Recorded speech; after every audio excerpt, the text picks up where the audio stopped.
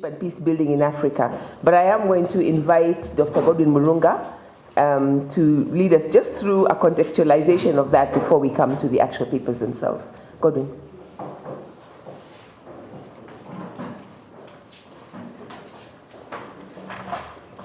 Thank you very much, Shai, and good morning to everyone. Where's the energy? There's no energy anymore. Morning to everyone. Good morning. Thank you. Let me take this opportunity, first of all, to introduce myself. My name is Godwin Murunga. In about 3 days' time, maybe 4 days' time, I will formally become the director of the African Leadership Center.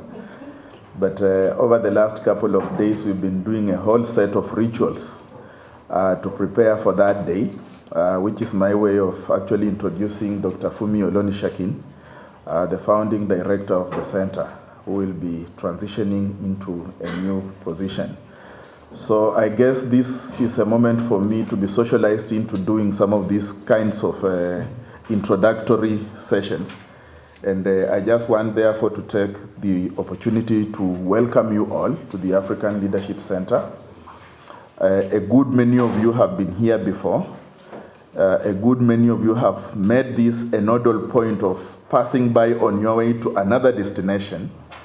And a few of you are new to the center. And I just want to be clear that you are very, very welcome to the center. It's become a home for a good many people, and if this is your first time here, please feel very much at home. Let me just very quickly highlight 2 things that I think are important for us to have as we proceed for the next 2 days. I want to begin by highlighting the partnerships that are represented in the work that we are going to do between today and tomorrow.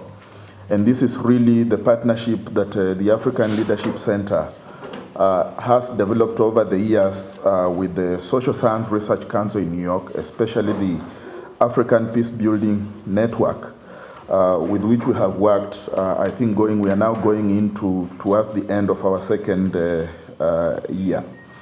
And within that context, we began to develop a framework around which to conduct research and policy advocacy work. Those discussions were very fruitful because they allowed us to begin to develop the working group methodology as a basis of organizing our research, but also as a basis of mobilizing researchers across the continent to think about issues to do with peace building. Just when we were beginning to finish the first year of that partnership, the IDRC, which is represented by Njeri Karuru here, did support the African Leadership Center with work that touches very closely on peace building, but whose core was on the issue of state building. And we thought that as we begin to think about,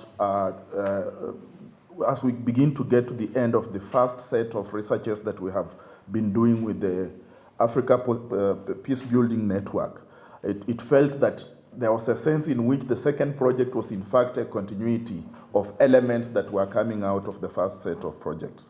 And it's my way really of beginning to say that those 2 strands of research have been very useful in terms of allowing us to begin to think about, on the one hand, how leadership relates to peace building, but then on the other hand, how peace building and state building are connected. And so the workshop we are going to have today and tomorrow is going to be really a continuation of 2 related programs that we have at the center, but that are helping us continue to build our accumulated knowledge about a specific theme that we think is very, very important to us. So this morning we are going to begin with the leadership and peace building work and to present some of the findings of the largely 3 main projects that we set out, but which have given birth to spin-off case studies that we'll be discussing this morning. And then later this afternoon, we'll proceed with some of the recommendations arising from this particular set of researchers to focus on the state building element of it. We want to think about this as connected projects, and we want to think about them as processes that begin to help us, not just to network different institutions, but to also network the thinking that is coming out of that process. And I thought that this would be very important because not only are we doing conceptual work around this issue, but we are also doing empirical studies that help us build a case for more theoretically engaging conclusions out of this.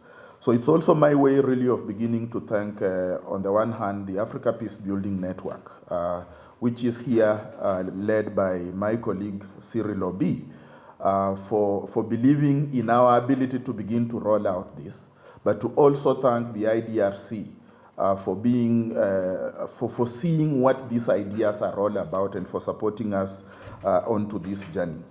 When we get to the afternoon to begin to talk about the preliminary draft background papers of the IDRC related research, we are going to talk a little bit more and to provide a little bit more information about that. Indeed, in the afternoon, I think, Fumi, we are going to have more colleagues joining us as we go forward. So I want just to, again, thank the two institutions. And very shortly, I will ask Cyril to come and say something in relation to the kind of work that we've been doing, but also so that you can hear his voice, so he doesn't disappear in the crowd. He has this very bad habit of disappearing in the crowd. Before I invite Cyril, I'm going to also mention that as a culmination of the work we are doing, we are now beginning to think about peer review processes. Because there is no value in doing academic work and believing that you have the final say in all this. So for the leadership element of our working group, I think we are going from here to move into the peer review processes of the papers that have been circulated to you. We will also be thinking about moving into field work for the papers that are associated with the IDRC project. So we have already done very interesting work, in my view, around the background papers that will be presented, and we now have a sense of the state of the field. And there'll be an element of it that can go into peer review, but there's an element of it that is going to go into field work. That particular point helps me to make the point that we are not only interested in doing research and then keeping it on our shelves, we want to project our voices through these researches that we are doing. And I think that it gives me great pleasure at this moment to begin to say that after more than a year of research through the working group, that we are getting at that point when we can begin to think about the products coming out of the work that we have been doing at the center. And so I want again to thank you very much for being a part of this process, for being a part of this meeting, and take the opportunity therefore to invite Cyril to say a couple of things before Mshai takes over the floor. Thank you very much. Cyril, please.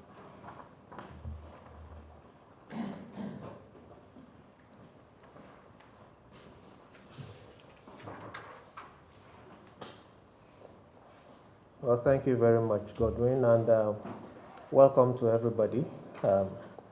It's a pleasure, and I say this with a lot of pride, that it's a pleasure to be standing here before you at this very important occasion. My joy knows no bounds that within 2 years of this initiative we have gotten this far.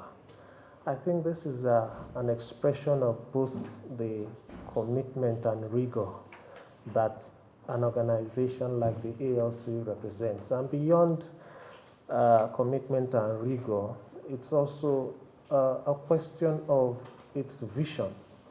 And it is at the level of vision that the APN finds the ALC as the ideal partner, because we share a common vision.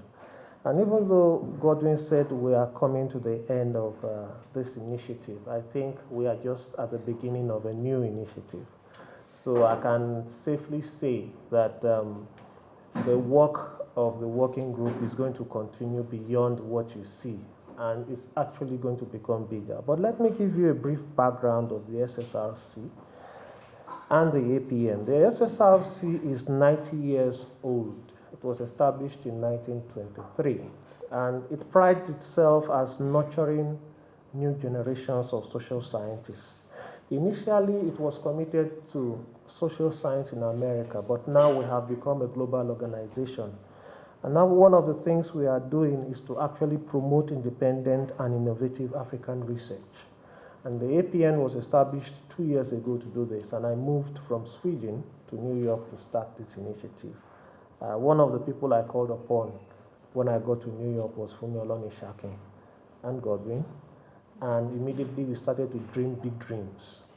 And one of the results of the big dreams, which is to nurture a new generation of African social scientists, to promote innovative research, but to mobilize the kind of knowledge that that research would produce to impact on policy and practice on peace building in the continent. And together with this dream, we also thought of networking, we thought of mentorship. These are very high-level core values of the ALC. And I would say that the APN also shares the same values. I'm very happy to be here. I'm very happy to identify myself and to support this initiative. And I'm also proud that we're also working with the IDRC indirectly. It's a very good sense that this is synergies, drawing synergies across organizations, across different parts of the world, but working for the progress of Africa, peace building in Africa. I didn't prepare a speech, Godwin, I'm sorry, but this is just what I have from the top of my head. I want to also congratulate everybody here, as well as the ALC for pulling this off. It's very interesting that we produce knowledge, but we also test knowledge. One of the goals of the APN is to produce high quality knowledge. And I'm very happy that Godwin spoke about not just producing the research, but validating the research results and making sure that all the stakeholders are around the table to actually see that not only is the research that is produced, the knowledge that is produced rigorous and validated by the various key stakeholders, but actually networking and impacting on the very people that will take this knowledge forward and hopefully improve the kind of policy that will make Africa a better place for us. So I seize the opportunity to welcome everybody and to thank you all, and I look forward to a very enriching and productive engagement. Thank you.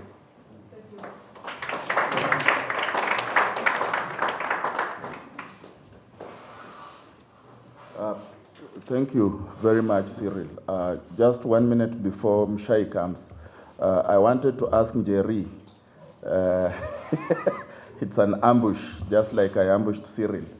I don't want you to disappear in the crowd, so please just come and make a few remarks and perhaps allow our participants to have a sense of the partnership that Cyril refers to that is indirect.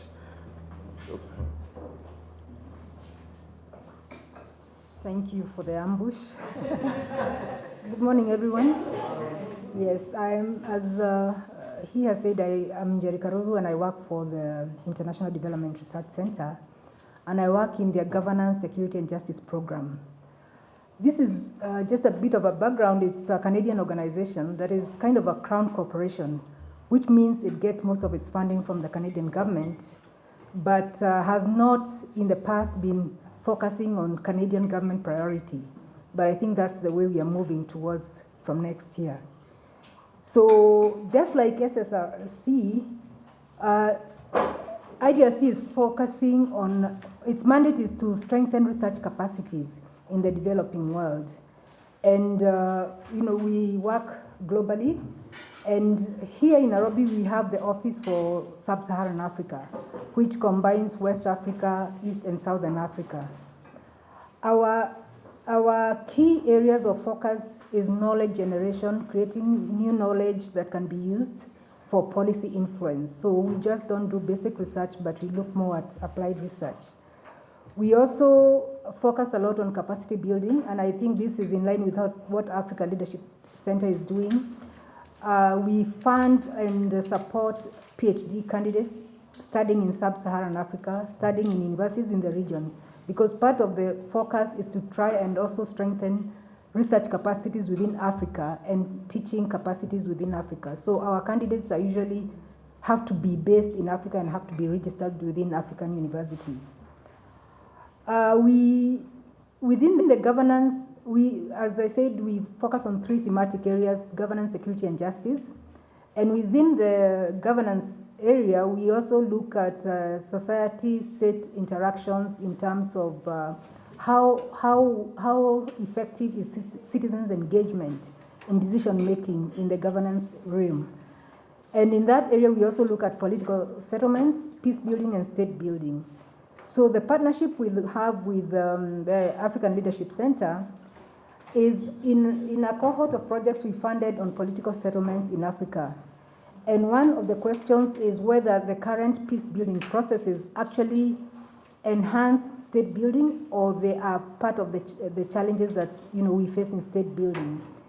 So particularly the African Leadership Project is looking at whether peace building as conceived and practiced is capable of providing adequate and legitimate basis for supporting peace building and political settlements in Africa. We have a project with the Makerere Institute for Social Science Research led by Mamdani, which is also looking at the same issues. And we have Safer World Africa, which is looking at peace building in Africa, particularly in Kenya, and focusing on the peace agreement that was signed in 2007, and focusing particularly on security sector reform. So, and we have 2 other projects, one in Nigeria, is it SEDEP? I can't remember, I think it's SEDEP, which is looking at also transitional justice, particularly within why am I forgetting the name? The oil issues, where are they based? Huh? The Niger Delta, sorry. And we have one in Cote d'Ivoire. So there's interaction of these projects, and what we are planning is jointly with the Carnegie Corporation, because they are funding also some projects, I think through SSRC, is that next year we have a meeting where all these projects will present their findings and share and see which way to go in terms of the way forward. So in this particular project, I look forward to what has been done so far and what we can do in terms of, part of writing proposals is that you may start off with certain assumptions, and then as you go along, you find that they are not valid. So part of our IDRC monitoring processes and attending these kind of meetings is to discuss, are we on the right track? Do we need to make any changes? And how do we make those changes? So I look forward to the engagement we have today. Thank you very much.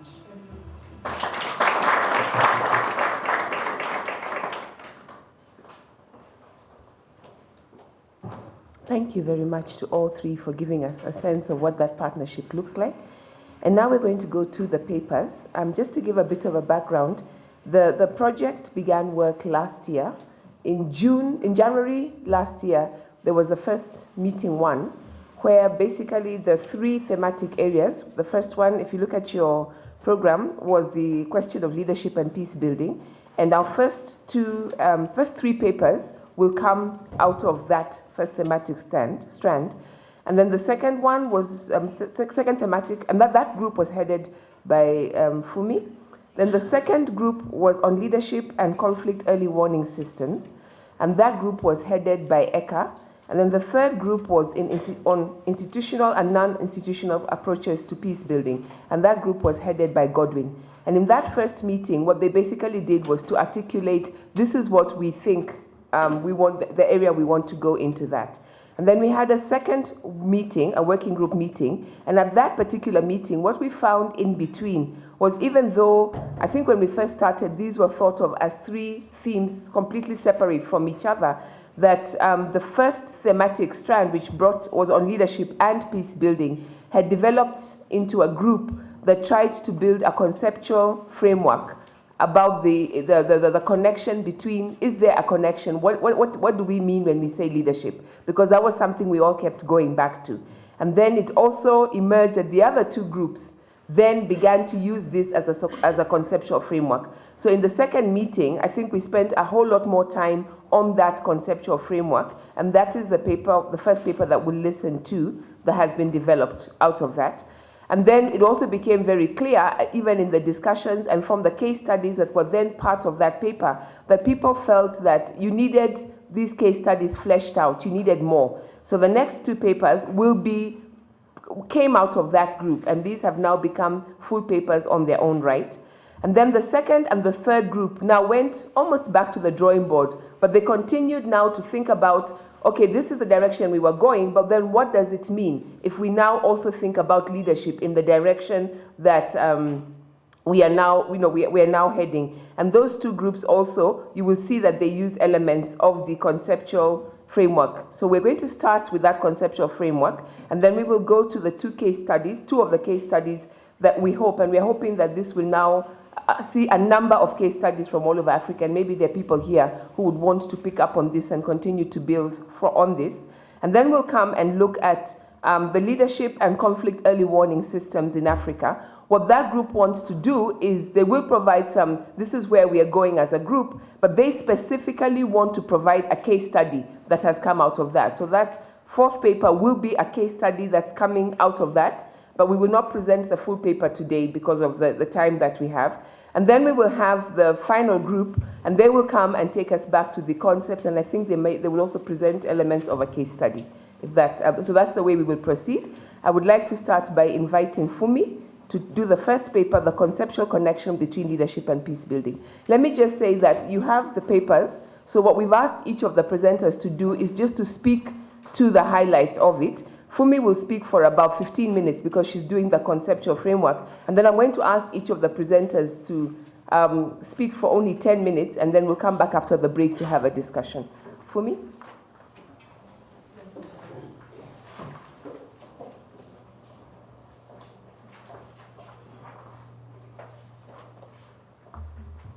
Thank you. Good morning. Yeah, it's good to see everyone again, and to see a few old faces. I see some of our alumni snuck into the room around the corner. Alago, it's you in particular I'm talking to.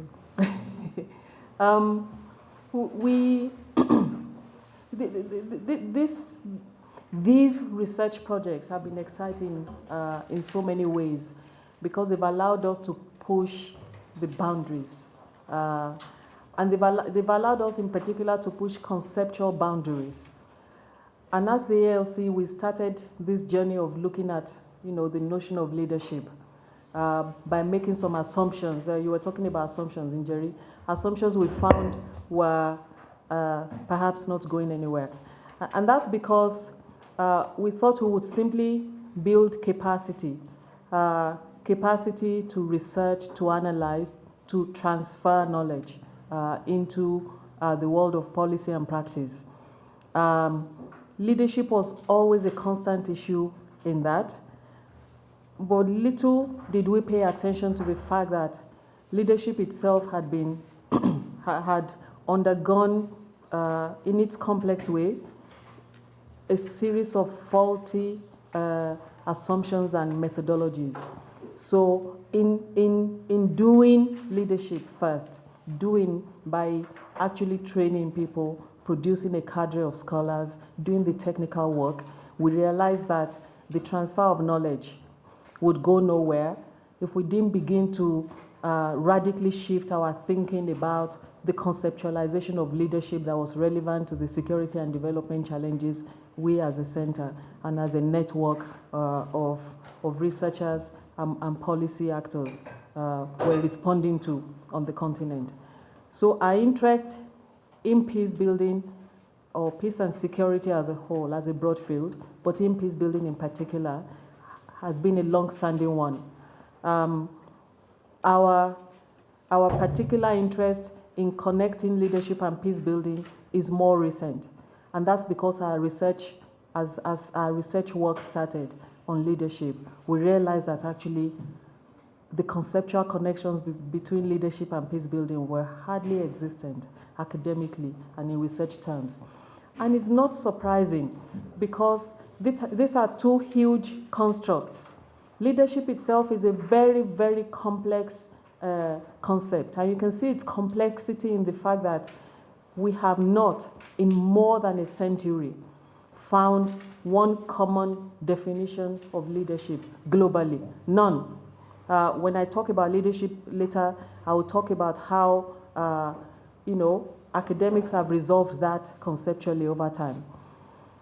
Many, many practicing institutions and I'm deliberate in the way I say practicing institutions, not just practitioners, have failed to take other notions of leadership apart from the very obvious ones that we come into contact with through popular literature and through popular practice. And that's what we're trying to contribute to here by asking some big questions about what leadership has to do with peace building. What is the connection? What is the conceptual connection? And what are the realities of applying that in practice? And that's what we try to do in this research. But as Mshai said, the conceptual work is what we started with, by at least even trying to establish the conceptual connections. We then immediately moved into illustrations by triggering, by doing some analysis, by triggering actually certain cases to see whether we could begin to build a picture of this conceptual relationship that we're forming. So the paper itself, which is still in draft form, is self-explanatory. I'll take us through its 3 or 4 main pillars. At the moment, I think 3 main pillars are more evident than the last pillar because we have not quite highlighted the drawing of lessons. But in the first instance, we lay the ground by talking about the peace-building dilemma, which begins to tell us that there's a problem with the way we deal with armed conflict on the continent. And then we move into that pillar where we're saying leadership matters and how. And a third pillar in which we're saying, okay, how do we begin to see leadership, where do we see leadership coming into peace building? How concretely can we begin to relate the two? And the fourth pillar in this particular paper is not so obvious because we stop short of drawing particular lessons from African experience. That's because the other papers are going to do just that. We look at African experiences of peace making and peace building in different places, and we ask where the connections are.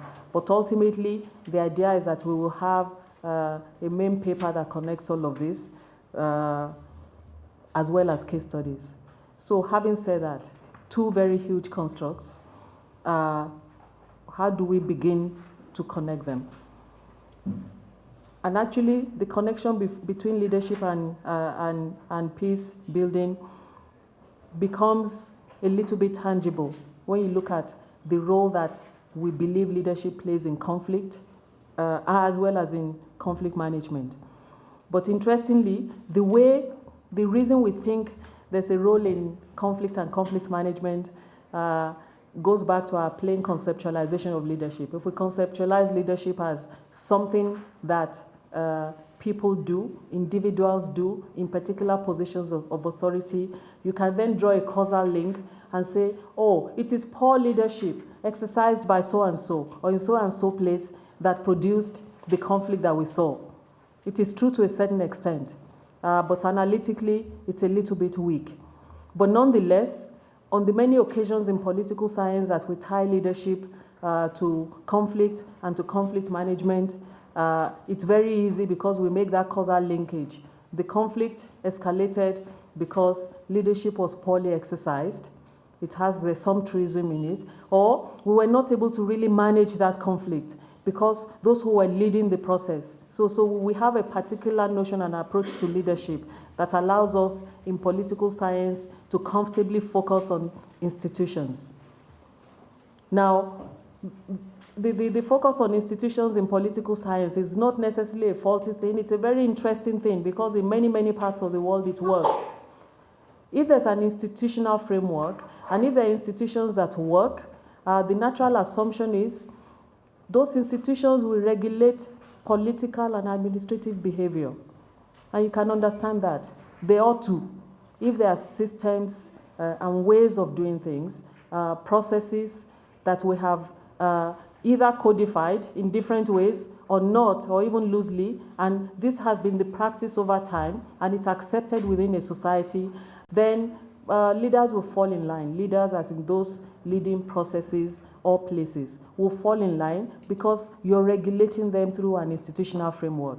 And the big question for us in Africa is, if at the age of 50 or 50-something, states, African states, we inherited processes and systems that we have not even seen, we have not even tested their relevance to our societies. And we're still really, really struggling with them. And in many cases, there are no real institutions or, systems to speak of. What is it, therefore, that is going to regulate political and administrative behavior? Leadership begins to matter. And how we conceive of leadership begins to matter. That's really the rationale for saying it is worth studying this as far as Africa is concerned.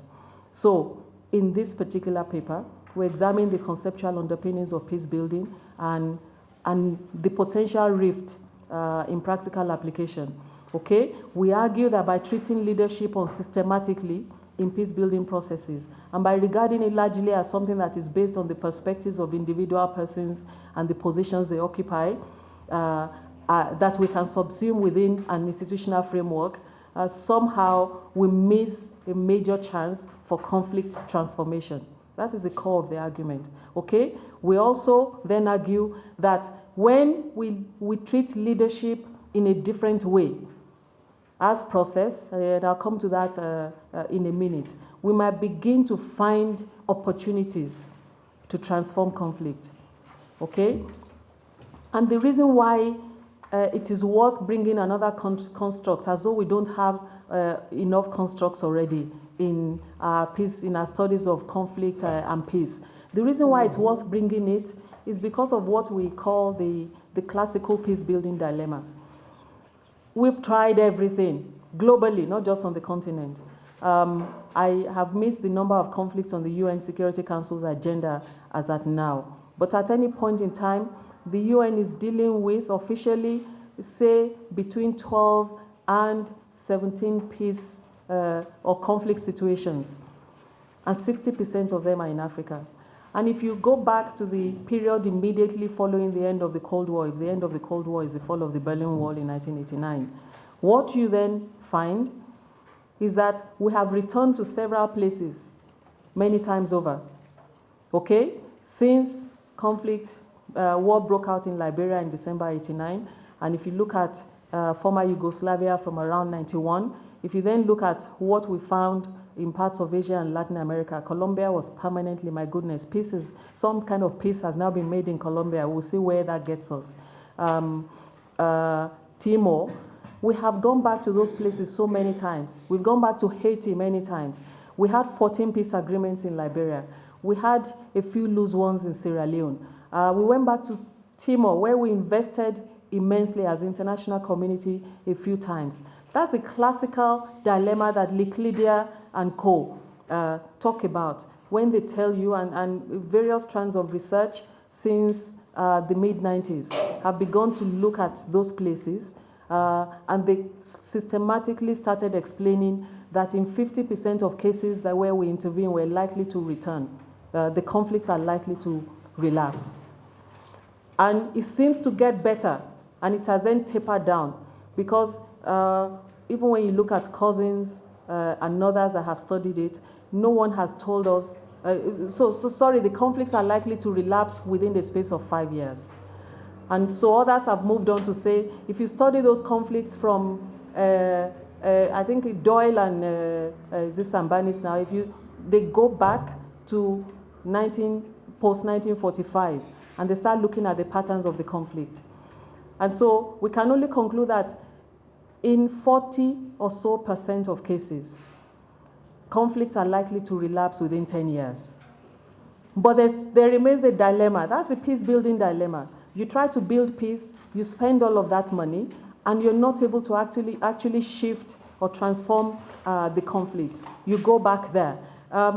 Rough estimate in the paper also we say that if you look at, and I think that's in note 6, but the point we're pushing here is that if you look at the continuation of conflict in the Congo, for example, the UN has expended, and this actually is a very conservative estimate, in excess of $20 billion on peacekeeping operations in the last decade and a half. And that's believable because the cost of an average UN operation is about $500 million. In the budget last year for MONUSCO, 1.46 something billion in 1 year. So if we're investing this much and we're getting so little in the form of dividend, we need to then start looking for other things. That's the purpose of looking at leadership in that way. I don't want to bog us down because I want to tie the leadership dimensions down as I close. But if you look at Boutros Ghali and what he advances as peace, or the notions of peace implied in his peace building concept, which is, he proposes peace building, which is defined as action to identify and support structures which will tend to strengthen and solidify peace in order to avoid a relapse into conflict. You can see that the UN has been dealing with this since 1992, since those first 3 years post-Cold War, that we were suddenly left with, all manner of funny conflicts at our doorsteps. Relapse was an issue they were dealing with. And relapse is something that cannot be said to have gone out the window. It remains a problem, is what I'm saying.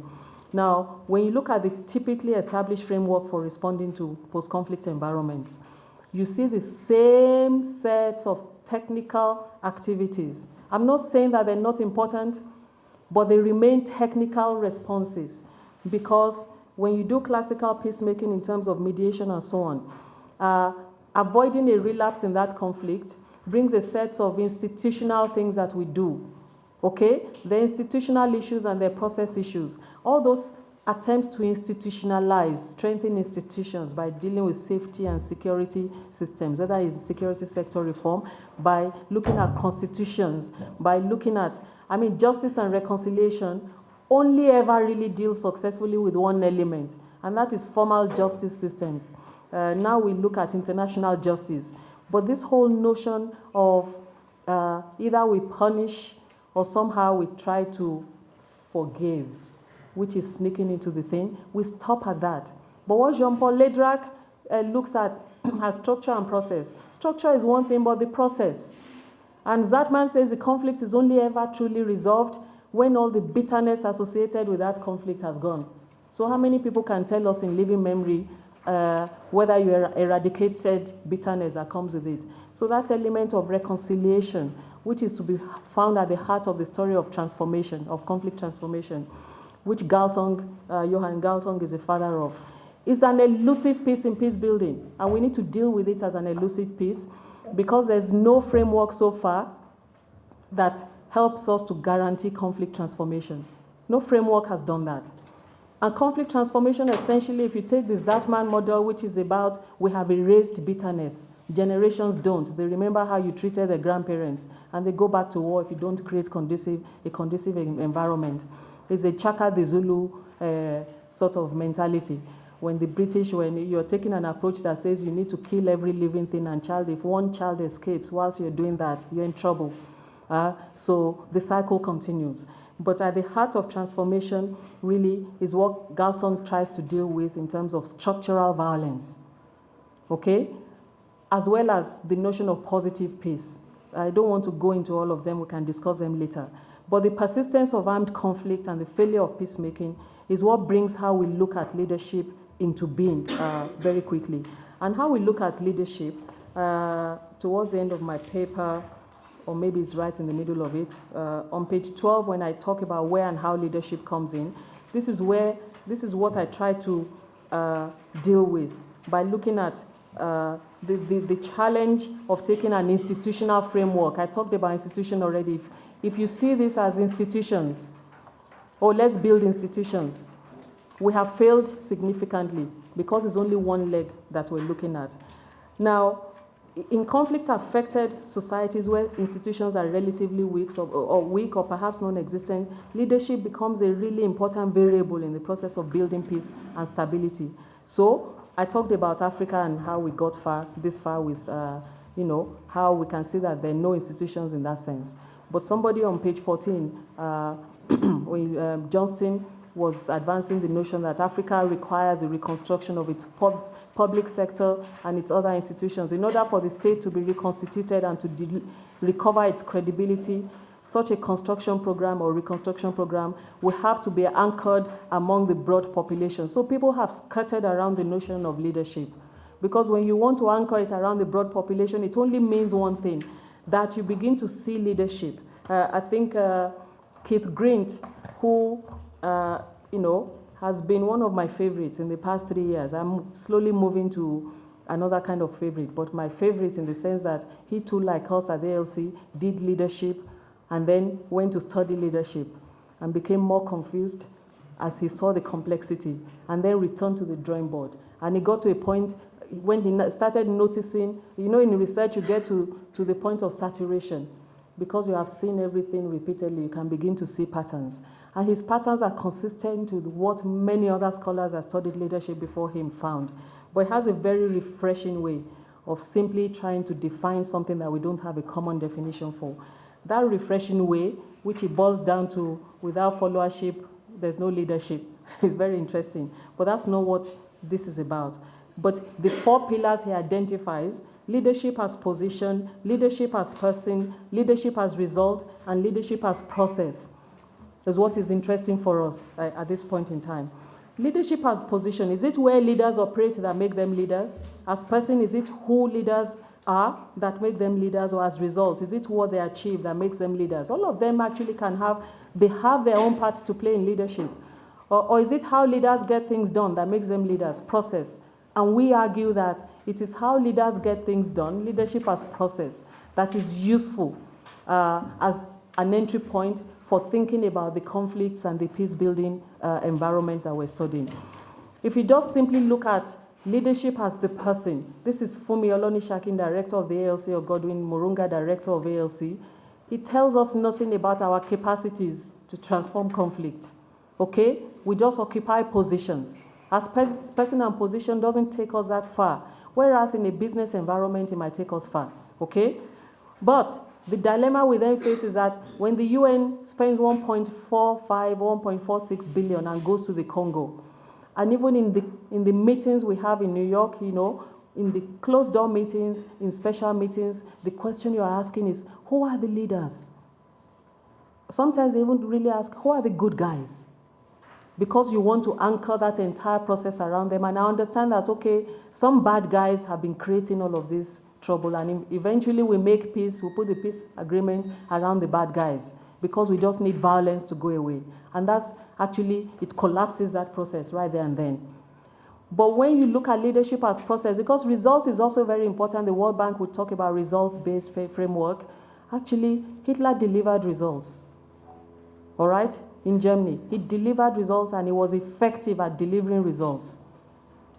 But did he really, how he got it done, is that not a question? Because actually there's Ebola in Guinea or wherever it is. I can just go into that village then and kill everybody dead and say Ebola is gone. We've contained it. So results can be the only thing that we're looking at, but the process through which we achieved it. And if we are taking a process approach, we must ask a question about the situation. It's our first entry point, not the person or the position they occupy. What is the situation they face? I'm sure I will soon round up. I know I'm giving you problems in terms of time, sorry. What is the situation we confront? What caused the conflict? What does this society think? How should we move forward? The moment you turn a situation, the situation as your entry point, your perspective begins to change. And this is what we're trying to look at in all of this, in the illustrations that we're putting on the table. Because therefore, to expect a special representative of the Secretary General, because a special representative or a force commander to deliver results can only be an accident of history, because you happen to get the right person with the right traits at the right time. But if what you looked for was, what is the solution to this situation we had, you'll be able to look at a broad range of places for answers that seem like they might match, provide solution to the problem. And a process-based leadership does very fascinating things in every time when you test it with groups of 3, 4, 5, 30, 40, 50, 1 million. And sometimes you only test it well because there are elections. It's not a political thing only. It is a problem-solving tool. And peace building is about problem solving because there's a conflict that has posed a problem that we want to solve. So in effect, defining leadership as process is more helpful than the other definitions in terms of addressing the unending questions about the persistence of conflict and the failure to address deep-rooted roots of armed conflict and failure to transform the issues involved in that conflict. That is Galtung and Jean-Paul Ledrak approach. What you're trying to transform is the issues at the root of the conflict, because they change mindset once you deal with those issues. So process-based leadership, therefore, in this study, we argue that contexts of peace building are better understood and peace building is enhanced by defining leadership as process. Studying the qualities of a person which distinguish them as a leader does not offer a stable or consistent way of defining leadership, particularly in conflict situations where societies grapple with the challenge of securing lasting peace. Context matters in leadership, and the importance of context cannot be overstated in this regard. So, in peace-building situations, leadership does not reside in a single individual. Rather, it is a function of an entire situation, and that's where we need to look for. So, and some of this literature, which is part of what I think I quote Murphy here, because it's profound. Murphy in 1941, and this work has been reproduced, I think, in 5 or 6 other places. Amazing stuff. But a quote from Murphy as I close is that leadership comes into being when an individual meets certain social needs, when he or she releases in the social situation of which he is a part of, not of which an external is a part of. Okay? Leadership comes into being when one releases in the social situation that one is a part of, certain ideas and tendencies which are accepted by the group because they indicate solutions of needs that were dimly sensed. So if we're in Sierra Leone and we all believe that we're in the same situation, this is a mutual problem. We must find that solution, the acceptance of any answers that are coming from anywhere in society is essential. Anywhere in that society, not from the chief, the general, the commander, not because they're leaders, but because this group of people seem to provide, something that might be the right answer. But when you parachute in from outside, even as a researcher or as the UN, and you're saying, we have answers to your problems, again, it might only be by sheer accident of history that we find a solution. I'm not saying that you cannot exchange influence in that way when you're coming from outside, but it's not you who's bringing that answer from outside. You're interacting with that environment, with that society to find the answers, all right? So that is how leaders emerge. So we still go back to the individual and the positions they occupy, but it's because they emerged in response to that problem, not because we supplanted and we tabled that thing. But can it really work in real life? Because this theory is believable after a while, especially because we don't have any other grand theory on the table at the moment to help us deal with the problem, with the classical peace-building dilemma. So if we want to investigate leadership in a particular way and see how useful it is, we can only go back to contexts where peace has been made or attempted to trigger these places, interrogate this, and see whether leadership did indeed produce something that was different, or whether actually it was an almighty individual that delivered peace, and this is nonsense at the end of the day. If this is nonsense, we will know. If it is not, then we can start seeing more and more examples of where it's happened. So the illustrations that come hereafter are to help us see how, when you look at leadership as something that is beyond an individual and the position they occupy in a particular conflict situation, whether they tell you something about how peace was made. The jury is still out, but part of what we want to do here is give you snippets of this thinking in particular contexts, whether it's through peacemaking in a conflict in Guinea-Bissau, or whether it's through trying to put early warning systems on the table and so on. Thank you very much. Sorry I took so long, Shai. Sorry.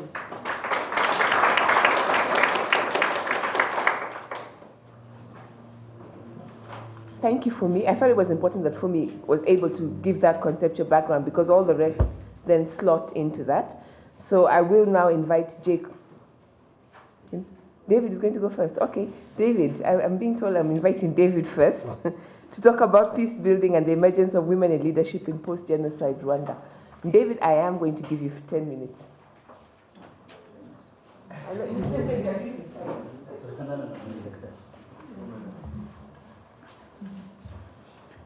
Good morning. I don't know how to read this paper in 10 minutes. First, I want to thank Africa Leadership Center for this opportunity. I came here as part of the process of doing a PhD in Australia. And every time I've sat in this room, if it's your first time, you're in trouble, your life will change. And one of the projects I've had the pleasure of working on is APN. And working on this paper also meant that I started finding new ways of thinking about different issues that I research on Rwanda, but also on the region. And so this paper is just really one of the research initiatives I've been a part of. The second thing I want to note before I start is that I'm going to be reading directly on the paper, where I think it's important to emphasize certain things. And then the rest I'm just going to talk through. Hopefully you pick up something, because I'm going to do this very fast. So first, let me point out that this paper is talking about an evolution. When you research Rwanda and other post-conflict countries that are so much in the media, you've got to really work hard to stay away and try to see the peace-building initiatives and the local actors who have been involved and sometimes not mentioned. And so I look at this from a process point of view, an evolution that has happened, and especially trying to sort of get into the details of understanding the women who are involved in peace building in Rwanda, because a lot of what is thrown around in the media and other successful stories on Rwanda are statistics, but who is behind and what is going on really on local levels, especially as we look at Rwanda in the last 20 years. And so to do this, first, very quickly in the introduction, I'm going to read for you, and you are free to read directly as well or just listen. But this paper focuses on local peace-building initiatives that emerged as part of Rwandan's response to post-genocide context and the emergence of clusters of women leaders. So first, the paper examined Rwanda's situation immediately after genocide with reference to peace-building and the relevance of women. And then second, discussed the key violent and peaceful conversation that preceded official national consultations in 1998 and 99. Third, the paper reveals the outcome, which included 2003 Constitution, Vision 2020, promotion of women leaders, and peace-building initiatives. Lastly, the paper assesses what the Rwandan peace-building process in the last 2 decades reveals about the connection between leadership and local peace solutions in post-conflict societies in Africa. The paper reveals that while some women have transitioned from leadership positions at local levels to national levels, much of women's leadership in peace building emerged at different levels of society concurrently. And so, just very quickly, I cite on the second page, famous words of Philip Govrich, who tried to describe how Rwanda looked like to the international community in 1994, comparing with other big events like the Holocaust or Yugoslavia that have taken the world by surprise in terms of genocide. And so that gives you the scope of the problems that the Rwandan society was facing in 1994 after the genocide and other killings that preceded or that followed.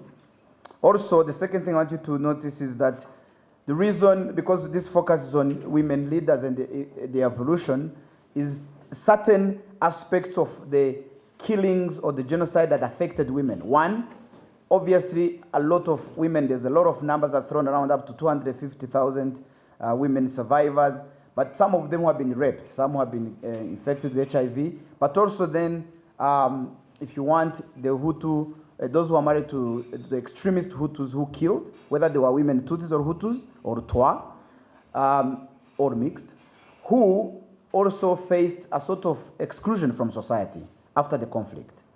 But the fact, the very clear point about Rwandan society is that after the genocide, either men had been killed at war, or they had been killed in genocide at the head of the families as the ones who were seen to be Tutsis. And then others were also killed in revenge attacks that happened in the country or in the repatriation of refugees in the Congo. And so Rwandan women, by default, were a majority in society. But that is not to be taken for granted. Even though they were a majority, they stepped up and started engaging with different peace initiatives, but also engaging on different leadership processes that are happening either locally, in rural areas, or in the new government that came after the genocide. So, one, we need to note that there were realities in terms of numbers of people in society, but two, we need to acknowledge those women who stepped up and started the process of engaging with their fellow women or men. And three, we need to acknowledge that we should not take it for granted that they still have to disband a lot of patriarchal taboos that were associated with women getting involved in leadership, although some of them had been involved even in the genocide government. And even before, but the post-genocide case is really that so many women got involved that it became very noticed. And so, let me read for you that therefore post-genocide realities left most responsibilities to women in households, in communities. Women leaders rose to the occasion and took their place in shaping their new families, communities, and society. They emerged in an organic process to solve and engage with social and political challenges that were previously generally perceived as men's.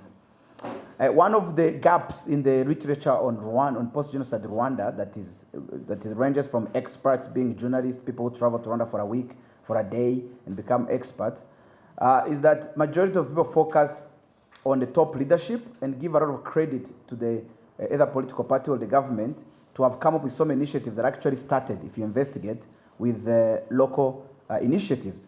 So, for example, the policy paper or the vision that guides Rwanda today is the Vision 2020, and it has very clear place for the engagement of women in peace-building initiatives.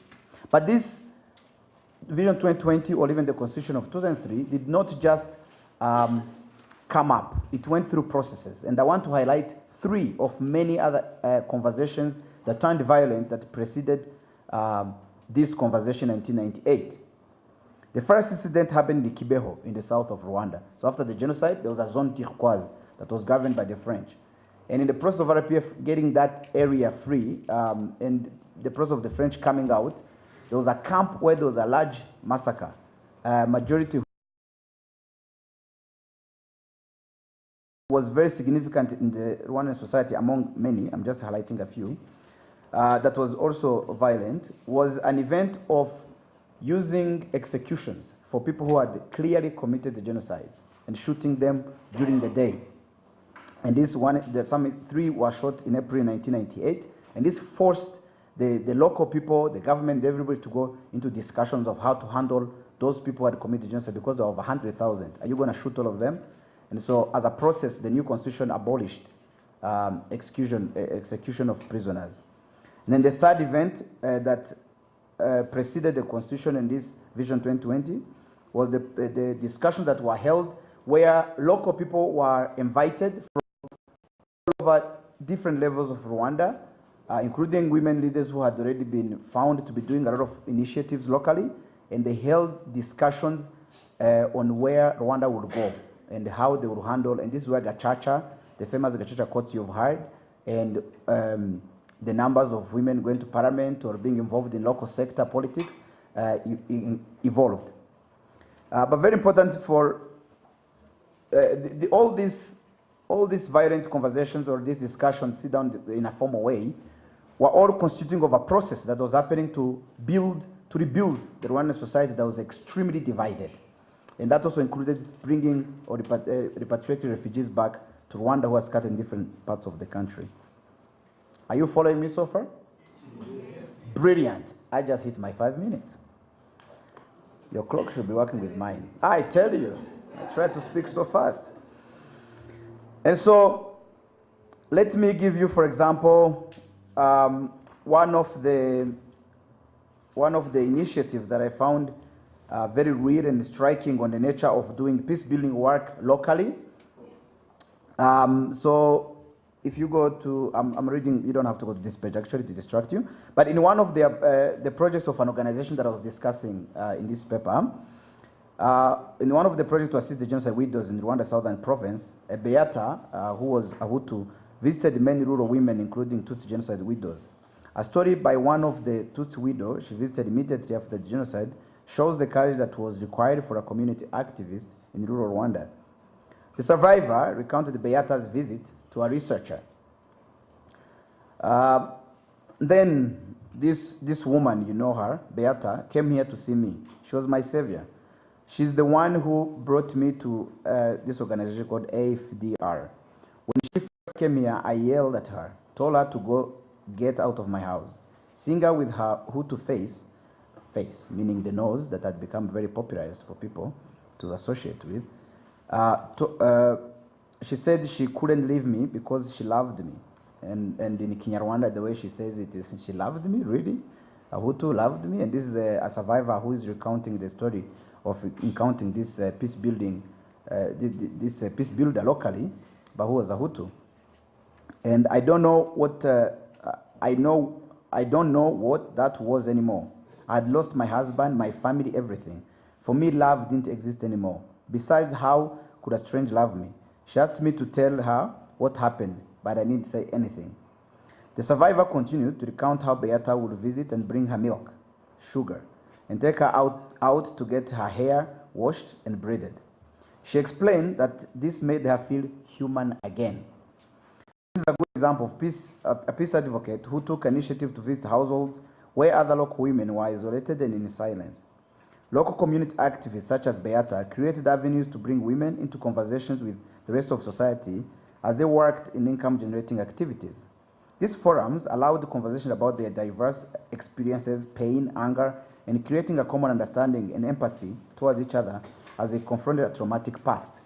So I'm not going to go, you can read that on page 17, but this is one example of different initiatives that happen among Rwandans who were extremely divided, and women activists who came up and faced the challenges to start conversations that were very important among women that later on went in their homes and started then getting men also to have these discussions, and then also an evolution of what came to happen during Gacaca courts.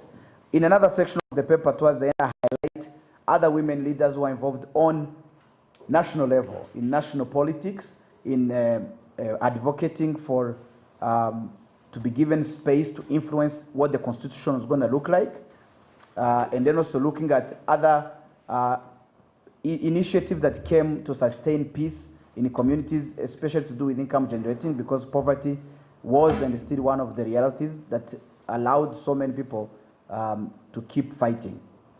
But what has happened this whole process is that there were clear forums that were formed because of the nature of conversation activities that women were having that allowed them to talk about issues of the past that were dividing between both of them. So on one hand, you have activities that are economic in nature, cooperatives and all this, but under what's going on are actually discussions that build a community on a lower level. But as these women, some were from church groups, others were from cooperatives, others were from official positions that they occupied, and others also got experiences from Gacaca courts. Those are majority of the women you hear sitting in the parliament. If you trace some of their background and how they have come up, they have come to inform the whole national agenda of peace building from those different organizations.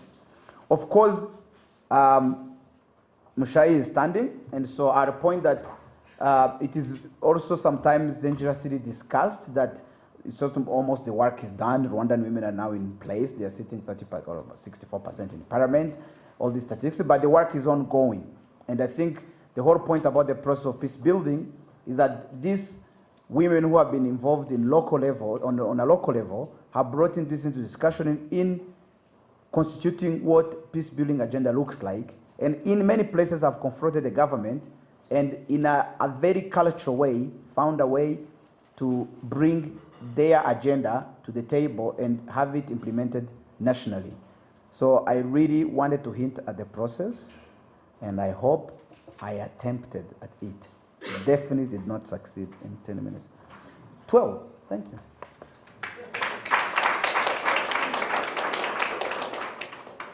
Thank you, David. What we'd like to do is to be able to give enough time for people to ask questions. So I know you'll get a chance to expand a little bit on some of those examples, but that was really an excellent paper. I have to say this, even though he said we shouldn't say it, but one of the things that for me has been interesting watching this project is the breadth of people doing their research. And as Fumi said, David, he's been working on his PhD dissertation, and this has fed back and forth.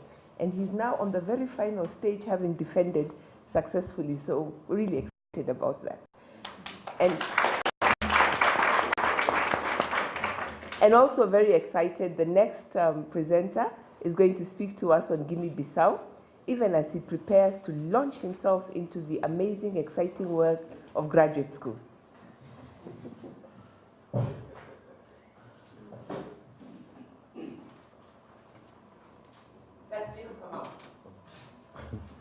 Thanks. My case study is on Guinea-Bissau, the September 14, 2003 coup in which President Kumba Yala was overthrown by the military. I seek to, the case study itself is significant for a number of reasons. One is because the coup occurred at a time in which the AU was born, AU and ECOWAS as well, was born by the Lomé Declaration, which rejected change of power. And ECOWAS at that time was born by the ECOWAS Supplementary Protocol on democracy and good governance, which reinstated, that principles of rejection of unconstitutional change of power within the region. And also, secondly, is because that coup was welcomed by the people of Guinea-Bissau with a tremendous relief. Thirdly, also because the international community at that time welcomed the coup, because there was a general admission of the deteriorating social and economic problems in Guinea-Bissau. So Kumba Yala's government was erratic. His governance style was, irrational as well. But I will discuss this further. But the paper itself seeks to examine the response to that coup, the nature of that response, and how and whether and how leadership emerged, the type of leadership emerged, and whether and as such, the mutuality that was required for peace building existed at that time. So the paper is organized into 4 substantive sections. The first section looks at the roots of conflict in Bissau. It seeks to interrogate the historical, complexity or nature of structural conflict in Guinea-Bissau. The third section looks at Kumba Yala's leadership style and the factors that led to the coup and the response to that coup. The third section looks at it seeks a broader discussion of how the paper uses leadership as a conceptual understanding in addressing peace-building challenges. And the fourth section looks at whether leadership emerged post-coup and the type and whether peace was built from that mutual situation whether that mutuality of leadership and peace building existed. So I'll first of all begin with my own with my own understanding of how I use leadership in this paper. So the first, like Dr. Fumi had mentioned, leadership is a very complex and multidimensional phenomenon, and there are various perspectives that seek to explain or understand what leadership is. There are sociological phenomena. There are some who say that leadership is a personal endowment. Leadership is a person, or leadership is also is an outcome or a result. But in this paper, and for us to really understand, the challenges of peace building and the need to build lasting peace, I use leadership as a process, as a facilitative element in the situation that allows us to, to interrogate the needs of that particular society. So my understanding is that leadership, and Murphy as well has also looked at this as well, that leadership is an exchange of influence in which the whole society is involved in that conversation. The society is not excluded from that conversation, and that the needs or the demands of that society or that situation is what dictates the type of leadership that can emerge. And therefore, the person who emerges or who articulates the ideas or responses can solve that situation that's confronting a group is the person who emerges as a leader. And his leadership emerges then is by asserting his influence, those ideas are then legitimized by society and accepted by that society as the most effective solution, and therefore leadership emerges from that particular context. So according to Murphy, leadership comes into being when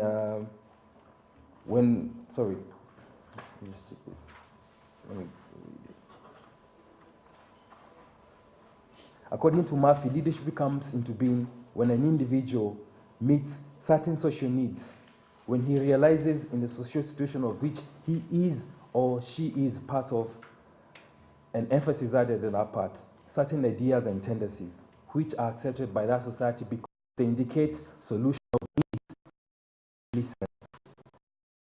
So it's those leaders or those individuals who offer certain ideas who are accepted, who emerge as leaders, and therefore their emergence is accepted by the society because those solutions, like I said before, are more effective to resolving that situation that's facing a particular group.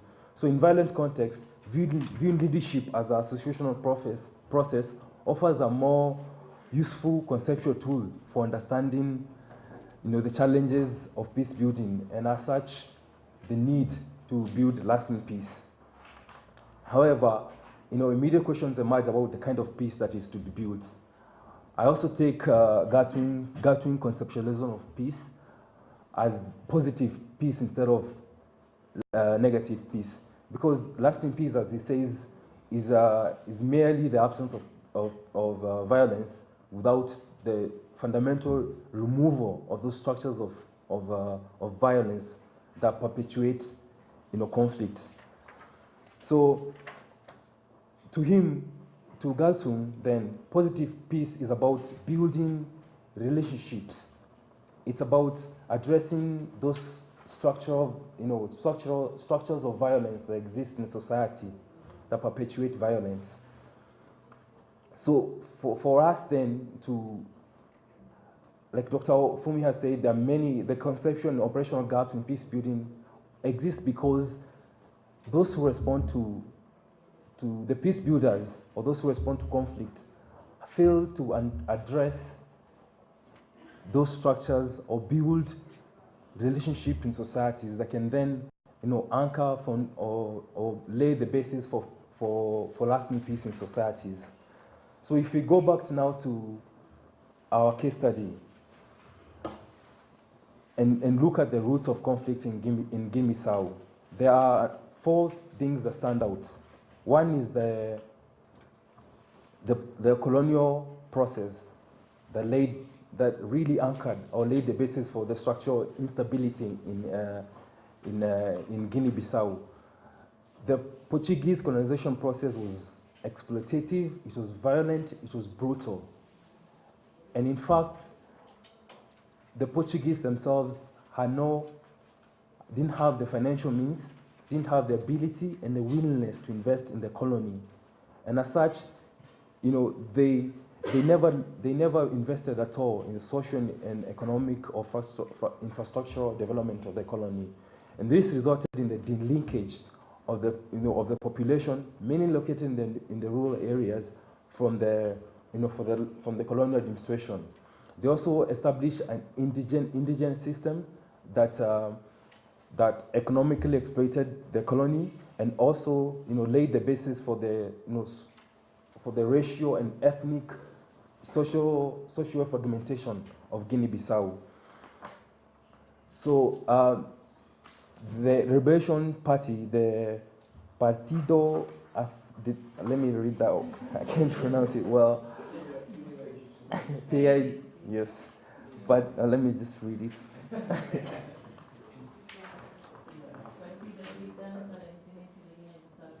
Thank you. PAIGC, led by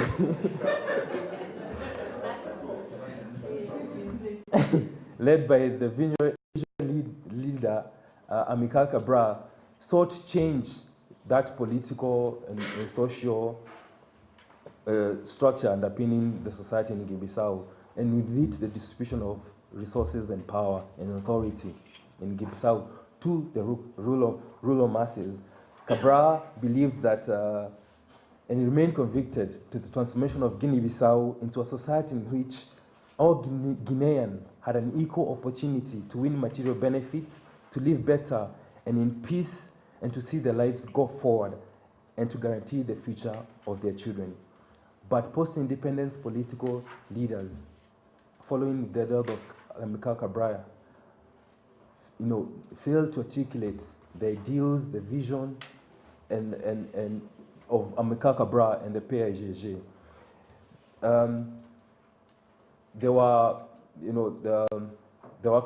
They continue to be, just like the colonial administrator, they continue to be completely delinked from the rural masses, and the entrenched patronage colonialism within the system. This resulted to the continued structural fragmentation and weakening of the state institutions in Guinea-Bissau. As a result, the economy collapsed as well. Structural adjustment programs also resulted in the improvisation of the Guinean society. And secondly, politics of identity, continue to feature in post-independent Guinea-Bissau, because Guinea-Bissau has a number of is a multi-ethnic society, and there's no single community that can claim a majority, and so there's always been this continued fragmentation of who, or contestation of who we lead, which community we lead. So the post-independence political leaders instrumentalized ethnic identities for their own personal and political interests. So within this degenerating state system, the military interference in the politics or decision-making processes in Guinea-Bissau has also continued to be a feature of governance in the country. The military claim to independence is rooted in their liberation struggle. After independence, they were never really transformed into a political, national, conscious, independent force, but they continue to be influenced by, by patronage and political interest. So they became like they resulted in what I call the politicization of militarism, and the militarization of politics. And as a result, there have always been these numerous coups. Recently, in April 2012, numerous coups, political instability and instability. So Kumbayala, as a result, and his regime failed to address these structural roots of conflict in the country. His leadership was erratic, and some even describe him as the mad hobbled leader who was really irrational, who was mad, to say the least, because at an instance he even said that he would attack Gambia. He would fire 60% of the civil servants. So his unpredictable behavior manifested itself in disputes with the civil servants, and there were attempted coup as a result. So as a result, the population became increasingly dissatisfied with his governance style, and that resulted in the September 14, 2003 coup. So if you look at the response to the coup, there are three things that emerged. One is ECOWAS leadership in response to the coup. The second is the lack of the society in response to the coup. Mainly, this was an ECOWAS operation. They are the ones who dominated the responses to the coup, despite, like I said before, their own rejection of unconstitutional change of the principles that bounded them of rejection of constitutional changes of government. So did leadership really emerge from that post-coup situation? The immediate task of the interim president, General Siabre Correira, was to form a transitional government. This transitional government was mainly tasked with organization of elections. So I've looked at the process that led to that formation of that transitional government, and to try to see, whose ideas influenced the formation of that transitional government, what was the outcome of that transitional government, what the process of that formation of that transitional government itself entailed. And I've sort of said that mainly that process was really an exchange of influence between ECOWAS, which intervened, and the international community, and the political and military leaders who emerged after the coup. It was not about the society. The Guinean society was not involved in that process. They were not involved in choosing the interim presidents, the interim president, the prime minister who will guide the society towards the organization of those elections.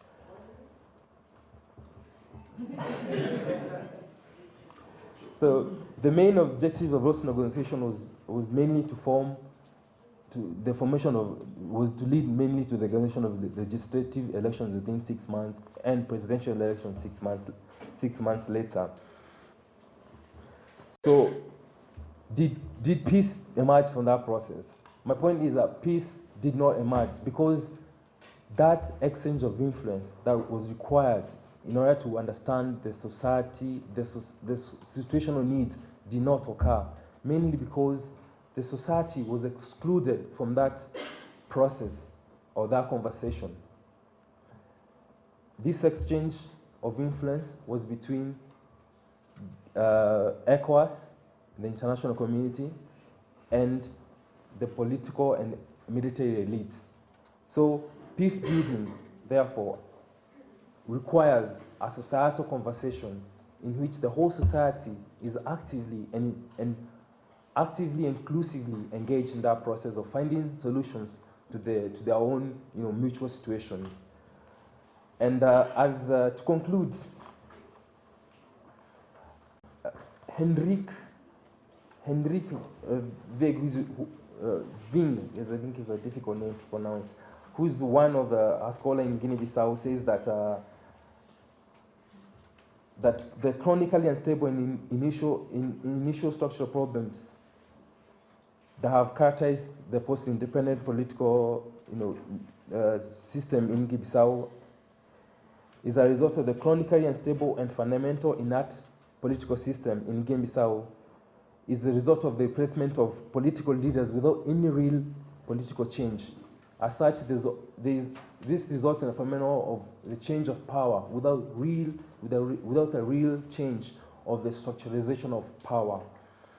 And as such, the exchange of leadership, exchange of influence that can help to build, lasting peace in Guinea-Bissau has been brief, minimal, and effective, and very importantly, externally driven. Thank you very much.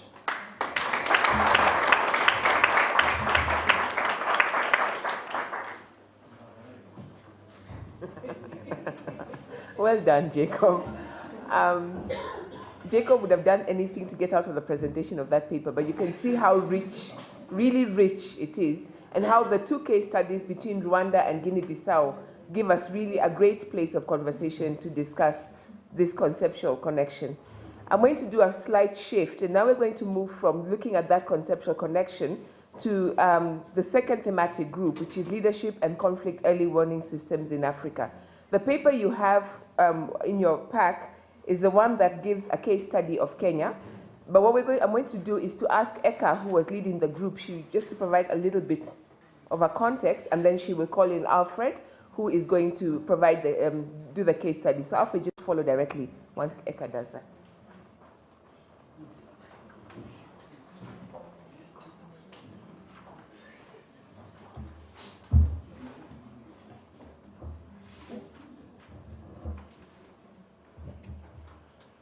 Okay, thank you very much, Mshai. Thank you to all of you for being here with us. As Mshai mentioned, you have one of the case studies in your pack. I'll just provide a very, very brief, I know we're running against the clock. I'll provide a very brief overview of what our overarching paper is actually going to be doing. If we have time left over, I'll also like to speak to a second case study, but we can see how things go on that front. So basically, our overarching paper considers the value of conflict early warning to peace building in Africa. And it does so by interrogating the nature of leadership processes in conflict early warning in West Africa and in East Africa in order to shed light on peace building on the continent. And so you will notice there's also some focus on regional organizations in Africa because these are the primary institutional basis for conflict early warning infrastructures on the continent. And our consideration is underlined by the examination of leadership effectiveness in early warning processes. And as many before me have noted, we are considering leadership as the exchange of influence that takes place between different actors. And so for this paper specifically, we're considering those dynamics within the process of early warning. We're utilizing case study research design. We're looking at 2 conflict situations in East Africa and in West Africa. So as part of our leadership framework, if you like, we adopt a situational approach. In West Africa, we're examining the engagement of existing regional conflict early warning systems with the ongoing conflict in northeastern Nigeria, which I dare say many people here would have read about in the news. We're especially concerned with the activities of the militant group that's popularly known as Boko Haram. A little background: since 2009, this group has claimed responsibility for various attacks on civilians, on security personnel, on infrastructure, including schools and security establishments. And there are various threads of thought around the motivation for these groups' activities. Those include opposition to Western influences, also income disparities and poverty, structural violence, religious fundamentalism, and another school of thought is global co-opting by Al-Qaeda in the Islamic Maghreb. And I should also note that these factors are, also quite interrelated. And it's against this background that Boko Haram has claimed responsibility for violent acts that have led to the loss of lives, numbering over 4,000 since 2010. For East Africa, we are focusing on early warning mechanisms that were utilized in the Kenyan post-election crisis, 2007 coming into 2008.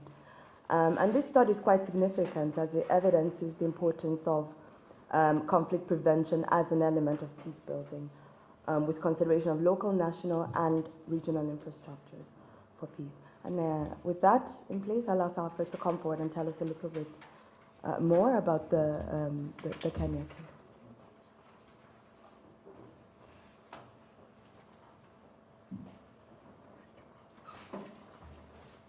Thank you, Eka. One of the things I find so remarkable is how to summarize a full paper in 10 minutes, as David was saying, but my my very young skills in journalism, at least there is a veteran here. I don't know, you rate me how I'll perform, but I was looking at the Kenyan study together with Rachel. I don't know, she's at the back there.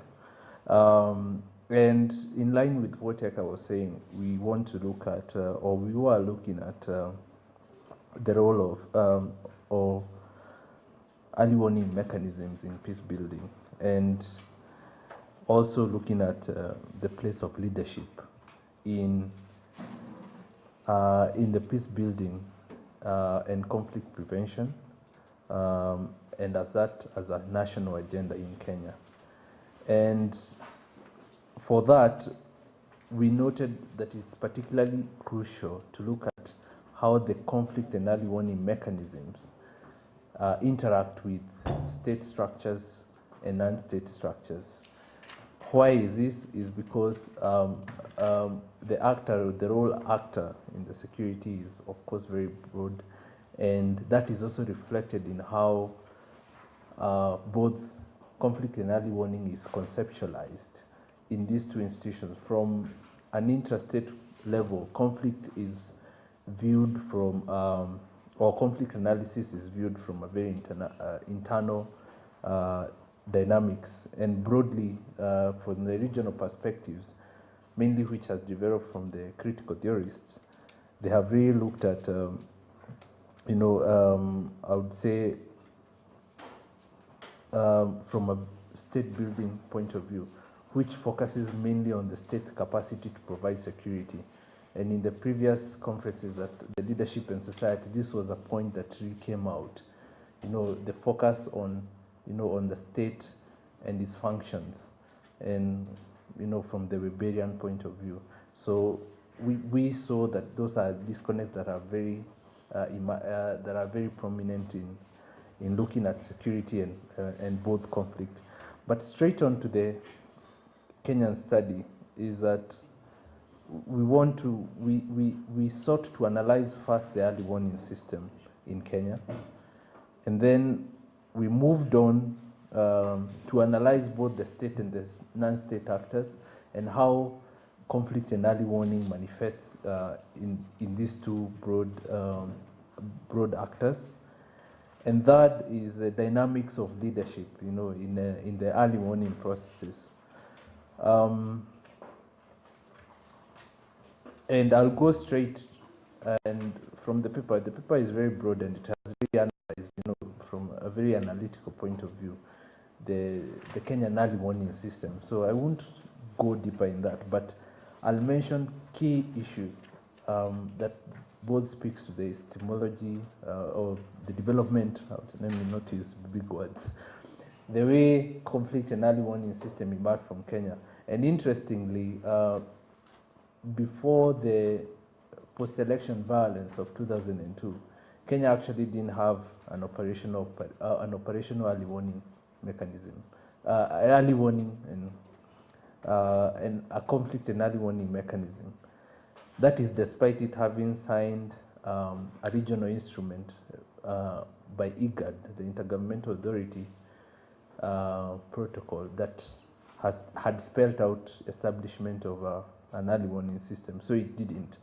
So that is an interesting thing that we'll note at the end, that I'll make my conclusions on. And so if from the state point of view, mainly the state actor in the early warning mechanism is the National Steering Committee, which is housed under the Ministry of the Office of the President. And also that will also, you'll see how that has also impacted on, or leadership has influenced that process. And how they also view conflict was also a matter of interest to us, because one of the premises or the assumptions in this study was that how these institutions conceptualize conflict or how they interpret conflict in the context that is in the Kenyan context influences both the policies that are derived from that process and also the response mechanism. And for them, they view conflict from what they call a comprehensive conflict analysis, whatever that means, and from a multidisciplinary approach. This one they explained using the strategy and the study that inform formation of the conflict early warning system in Kenya. It's mainly from 3 points, from 6 broad categories, which is politics or political analysis, security, legal, economic, and social, cultural, and environmental category, dynamism. Anyway, meaning that they view conflict from very different or very variety of ways, which inform either the root causes and how conflict manifests itself in Kenya. But amongst all those is the greed and grievance theory. For the scholars in the house, I think that is a theory that has been dealt with, and we later learned last week that that has been described in some quarters as rubbish. Anyway, that is an issue of contention, but yeah, that is the most dominant perspective influencing how conflict and early warning is viewed by the state actors in Kenya. So how does leadership emerge from the Kenyan situation? As Eka has said, we took a situational approach, looking at how the conflict and early warning mechanism emerged or has emerged in Kenya. But to analyze that, it's important to look at the governance structure in Kenya, because it's a mainly state-centric point of view, or it's a mainly state-centric structure, if I may say so, because it's housed within the office of the president, and particularly its role is played by the provincial administration. And for a history of Kenya provincial administration system, as any other colonial that emerges from a post-colonial state, is that this system was mainly a divide and rule governance system or structure, and the security element of it was mainly, of course, from a state-centric point of view, which was mainly protecting the state and the colonial government. So the security of the citizens was not mainly an agenda. And an interesting dynamic in the Kenyan provincial administration system is that this system was inherited by the subsequent regimes, the Moi regime and the Kenyatta, after the independence, and Moi, and also the Kibaki regime. It was until the constitution that was passed in 2010 that it is sought to overhaul the system, but actually they haven't been able to do so. So they sneaked in a legislation that still maintains it, it's just giving it a different name under the county government. So, but I didn't go into that because our focus was how this system responded to the post-election violence. And the other element now, how in a very summarized way, how this system has responded to conflict from the 2 commissions of inquiry that have been formed to analyze the 2 main incidents where conflict has manifested itself in a large scale in Kenya, that is between the 1990 and 1997, and in 2007 when the ethnic violence manifested itself, was that there was an inherent fault in this system's response to conflict. And one of the issues was how the police and the governance structure responded to the conflict, particularly from an intelligence point of view, because there is this sort of blurred line between intelligence and early warning systems. That is, of course, if we go deeper into it, only one depends on secret intelligence approaches, and the early warning mainly depends on open source intelligence. So there is this blurred line, but proponents of early warning systems, they like to restrict themselves to the open sources, while the state actors like to restrict themselves to mainly secret sources. But in that case, having said that, is that from the state point of view, the state early warning system, although it didn't exist until after the conflict, is that it suffered those inherent issues. Its capacity especially to deal with the ethnic-based conflict, particularly because of the endocentric issues that dominate the system, where it's mainly from a patronage point of view, but also the capacity to respond to those ethnic conflicts, mainly from an infrastructure issue point of view. That is the police and the state early warning system. But when now you shift from the state and look at the non-state actors, there's a different dynamic, which was very particularly interesting, is that after it also developed from the post-election violence, mainly the state actors, non-state actors in early warning systems, and they coalesced themselves and called themselves the Infrastructure for Peace. And two initiatives that were particularly very interesting here was one called the Citizens for Peace, and they also called themselves the Kenya Citizens for Diplomacy. For them, they took a different approach from the government, from the state actor, which I'll analyze in a very brief way next. For them, they brought in together various people with their own capacities as a reaction to the conflict. So they brought business, media personalities, mainly also people from the civil society, to try and initiate the process of responding to the conflict and also trying to prevent the escalation of the conflict. And that's how the non-state actors in the conflict early warning mechanism emerge from that context. One of the other initiatives that is known to so many is also Ushahidi, which was mainly a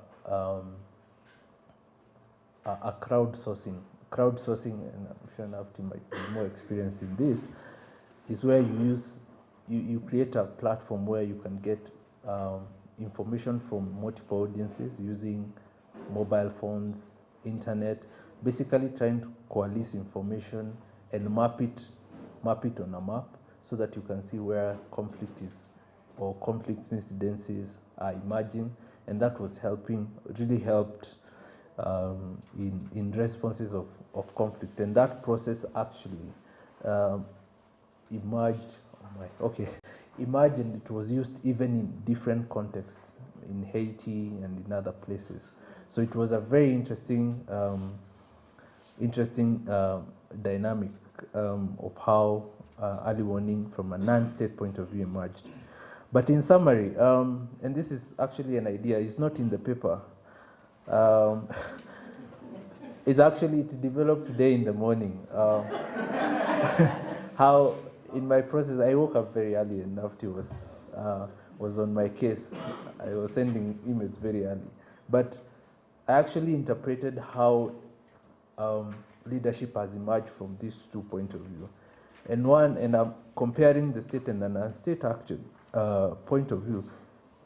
How the two have emerged was from the same context. So they are almost the same. They emerged from the same context, which was the need to react to the post-election violence. But the structure, which I've explained from the state point of view, is mainly hierarchical. But when you look at the non-state actors, it's non-structured but networked, bringing various people's capacity towards responding to conflict. So that was two different dichotomies. And the state actor here emphasizes on structure and representation. You can see they form these many committees and they say, okay, we are going to bring people from the civil society, religious leaders, blah, blah, blah. They all bring them to the table and ask them, okay, what do we do about this conflict? So they are, they are still sitting in a place. But for the non-state actor, they emphasized on active participation of different people who have different capacities. Either if it's the media, they can mobilize the state, and how they responded to the conflict was that, against the hate messages that were coming from, from the perpetrators of the conflict, they try and reinforce a positive. So they bring all these actors together towards one common goal, And finally, from this structure, there emerges meetings, secretive meetings. They meet in exclusive places. These meetings are mainly exclusionary, and they don't bring, all actors on board. But from the non-state actor, they emphasize more, especially the CPP, the Coalition for Peace. They emphasize on an inclusive but transparent dialogue process. So that's also another difference you could analyze from that. And one example I can give from, as you come, one example, the CPP actually demonstrate this inclusive and transparent and dialogue process is that at the height of the violence in 2008, they realized that the schools could play a crucial role in all this conflict. It was actually a risky maneuver, but instead of closing the schools because of the escalation of conflict, they actually went and talked to the head teachers and asked them instead to open the schools. They opened the schools, but immediately they targeted the teachers and the head teachers, brought them for training, and actually taught them how to respond to the conflict. So that's also another emerging analysis from this. She has joined me to push me aside, but that was my brief presentation. Thank you. And let me just emphasize what Alfred said. He worked on this paper with Rachel. Can you start so that we also... so Rachel and Alfred. Alfred is an alumni of the master's program. Rachel is currently a current fellow. So I know they've been coordinating across the ocean, and that's been very good. Thank you very much. The third theme, and this we'll only do one paper, actually just a very brief snapshot of the case study. So there isn't time for me. No, Eka, but when we do the discussion, we'll open that out, I promise. Just so I know, I want to use this. Between you and a break and tea is Godwin and Sylvanus. So hold them responsible. They'll talk on the institutional and non-institutional peace approaches to peace building, and then Sylvanus will follow with a case study on Somaliland. Thank you very much, Shai. I want to make three main points, and then Sylvanus will pick it up from there. And a few moments from now, a few moments when Alfred was talking, I also was hit with that moment of clarity that Samuel Jackson talks about in the film Pulp Fiction. Because we've been having a definitional challenge about how do you explain what we are calling institutional and non-institutional approaches. But in fact, what we are talking about are institutionalized and non-institutionalized approaches, in which case we are paying specific attention to the fact of who is claiming the agency to define what is institutional and what is not. And these approaches to peace building have been very useful, because when you begin to think about what are considered as institutional approaches, what you see, there are those approaches that operate within recognized frameworks, like the United Nations, like the African Union, or regional economic communities and things like that. And the consequence of that is that they have framed issues to do with peace building in the context of peacekeeping. And the result of that is that they have very, very specific focus, which then leads to a whole set of very interesting consequences about how peace building is thought about, but also a whole number of other issues are kind of deleted from the framework of peace building processes, precisely because they do not belong into that context of the institutional. And so the argument we were trying to push in this paper was that if you think about those areas where choices have been made to intervene in order to, quote unquote, keep the peace or bring back the peace, They are very limited in number. The geographical scope is very limited. And the result of that, there is so much going on in our communities around peace building, but hardly does that begin to feature on the radar of those, on our radar, if you will. And so what we try to do in these papers then is begin to think about how do you begin to bring in these non-institutionalized processes of peace building that, that enjoy traction within our communities, even though the larger global context, which is defined around a Westphalian state logic, does not really capture. So that's the first point I wanted to make. There is a distinction to be made between that, and that distinction really has to do with the Westphalian logic that defines institutionalized processes, and then the narrow geographical focus of these particular approaches. And of course, the glaring thing that has led us into thinking more about non-institutional processes is because there is a whole complexity involved in our communities around peace building. And that complexity easily gets thrown off the radar because we are focusing on peace-keeping processes. And as we were thinking about this and looking at what we were doing, it strikes you very much if you read Kofi Annan's book, Intervention, which Fumi and Alao, your colleagues in war studies at King's College, helped him write.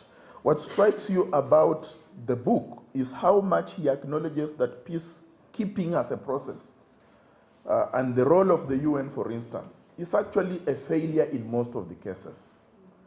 But the book is, in fact, a tactical defense of those processes, and it becomes very, very troubling if you are thinking about, can't we think about alternatives to peace building as an approach to peace building? I mean, peacekeeping as an approach to peace building. And only the other day, Dr. Adedeji Ebo was talking about UN Resolution 2151, which is just a very recent resolution, again taking an almost similar approach to Kofi Annan's defense of peacekeeping processes.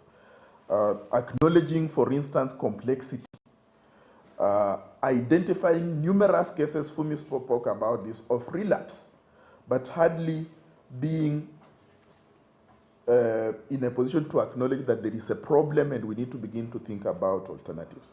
Now, when we began to think about the case studies that we could use to do this work, that's where we had serious methodological problems, one of which was that we selected 4 case studies and only one came through for us, not because there are not too many case studies, but because of our inability to do any forms of field work. And Silvanus will be illustrating the case that I'm talking about in relation to the issue of Somaliland. Broadly, 3 to 4 issues come up when you are thinking about non-institutionalized approaches. The first one, of course, has to do with the historical context, which is hardly ever appreciated when you are mounting a peacekeeping mission. And I think we were talking about some of these things on Monday during the round table. The complexity of the societies you are dealing with has a lot of things to do with the historical development of, from where they were until maybe conflicts sprang and all that.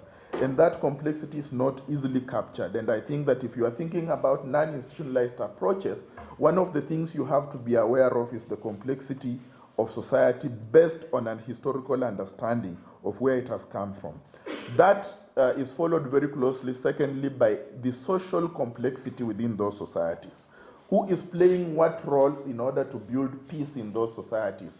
And again, you find that if you are going to use the institutionalized approaches, many of the key players who operate outside that framework of the institutions that play a significant role in peacekeeping, for instance, would fall out, partly because they are not recognized as key agents in terms of ensuring peace building from the ground. And the third thing that we found very important, and in relation to that social context, some of these people play very important roles in ensuring reconciliation within communities, away from the glare of the media, for instance, or they play significant roles in demilitarization, and all those tend to fall off the radar because of this.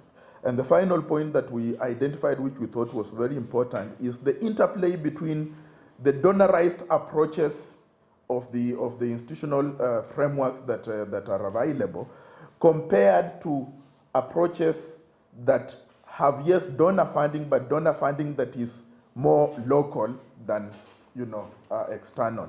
And I want to invite Silvanus to come perhaps and speak very directly to the case of Somaliland. Silvanus, I spend about 5 minutes.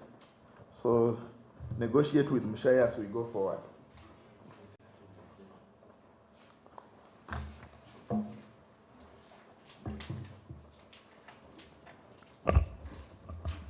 It's very difficult to come to speak after such exemplary presentations. But I'll try my level best to also live up to the wishes of the members. So Somaliland, just like many African states, it experienced colonialism at very different angles. And most of you who've read about the Somali history, that it was partitioned by different powers. For example, there was the French Somaliland, which was based in Djibouti and the current state of Djibouti, the British Protectorate of Somaliland, with Hargeisa as its capital. That's our subject of study. Then there is the Italian colony, the real Somalia now, with its chaos that is going on. Then there's the Northern Frontier District, the current Northeastern Province, which is part of Kenya. And then the British colony of the Ogaden, which is part of Ethiopia. So this partition by colonial powers made it so difficult for Somalia to emerge as one nation. And many scholars have attributed to the current chaos in Somalia to these different, to these different experiences with colonialism. And also, in 1960, after the whole window of independence was brushing through Africa, Somalia rushed into a union, which was passed in 1960, and many of the people didn't want a unified Somalia because of the experiences which I've mentioned, and many were of the view that perhaps they could have had a federal state instead of one Somali nation. But at that time, everybody was pushing for one unified state with a central government. This rushed union was subsequently followed by the seizing of power by Mohamed Siad Barre, who further went on to consolidate power, centralize power in Mogadishu, without putting into context the fact that those regions were not at the same level. So each region started pulling in different directions because of the marginalization by the Siad Barre regime. And the main clans in the northern part, the Isak and the name is a bit difficult, the Majitin clan, they formed up a rebellion which culminated in 1992 in the whole collapse of the Somali state. The aim of that rebellion was not to disintegrate Somali, but they were basically fighting against marginalization. But because Barre didn't want to listen to any voice of reason, it ended up breaking up Somalia into different factions. And after the collapse of the Somali state in 1992, there have been various efforts to bring peace in Somalia. And up to now, as you've seen, very few success stories can be said about. But let's look at the peacemaking efforts in Somaliland. What is peculiar in Somaliland is that there is the use of the elders who represent various clans. And these elders play a very critical role in providing leadership in Somaliland. And the elders normally are chosen. There are several characteristics of which one has. The attributes are based on age, expertise in political arts of compromise, persuasion, powers of oratory, or poetry, or religious leaders. And once these elders are chosen, the peculiar thing is that the assemblies are normally held in public. They are not held in camera or where people hide somewhere and then they come up with the resolutions. These are held in public, open to the public. One area also worth noting is that grassroots reconciliation is at the core of the peacemaking process in Somaliland. Somali is one homogeneous society with one religion, one language, and several cultural practices. So it's very easy to mobilize the communities to come together and promote peace. The second issue is the conflict in Somaliland has been created to be, although conflict is bad, but it happened to promote the role of women in conflict resolution, in such that the women were not part and parcel of the conferences, for example, or the peace talks, but they played roles in different ways. I'll highlight a few. One of them was that women who were visibly tired of fleeing were forced to speak to the men, their husbands, their fathers, their sons, to try and work out for peace. Also, they committed themselves to becoming the sole breadwinners of their families when the men were away fighting. The third part was that since they were barred from attending those peace conferences, one peculiar case was that they used to surround the places where the peace talks were going on to conduct their peace processes. So they relied heavily on the local business communities who funded all their activities. And this funding was in several aspects. One was the demobilization, the disarmament demobilization of the fighters, which was funded. The local business community too provided loans to the government. And in various literature, and even Professor Bayo touched on it when we were having the lecture on the other day, there are possible negative effects of foreign aid. And in such that when you rely heavily on foreign aid, the people do not have any accountability on the government. So the government, in any case, it cedes some of its responsibilities to the donor partner who dictates on what happens. In this case, the local Somaliland community, the business community, were able to get some leverage over the Somali political leaders because they were basically funding the processes. And this relationship of codependence, as has been called by Bradbury, is that the issues that they wanted represented at the table, it's what was being taken care of. Thirdly,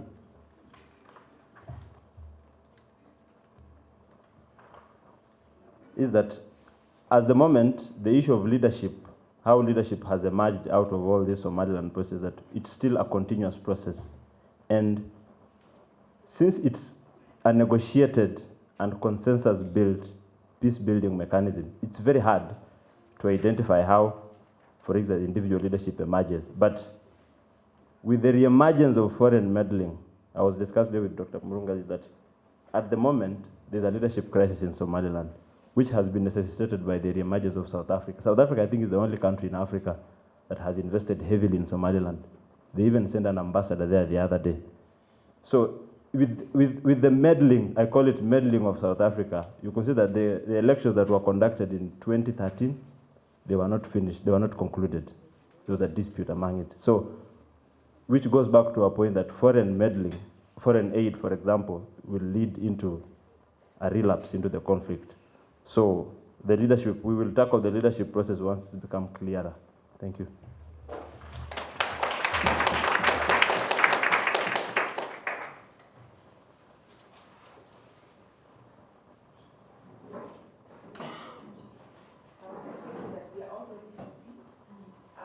It's only 5 minutes, so what I'm going to do is to give Eka with 5 minutes to do. Yeah. Okay. And then what we'll do is take a 15-minute tea break and then just come back to the questions.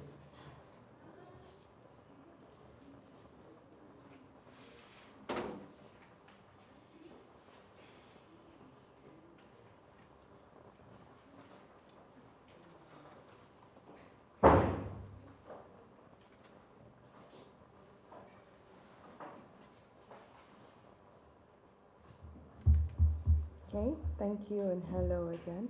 I'm going to be quite brief. I have very little time here. So basically, I think I'd referenced before that as we talk about early warning in East Africa and in West Africa, in my case, speaking about Nigeria, there's a lot of focus on the regional organization because that's, if you like, where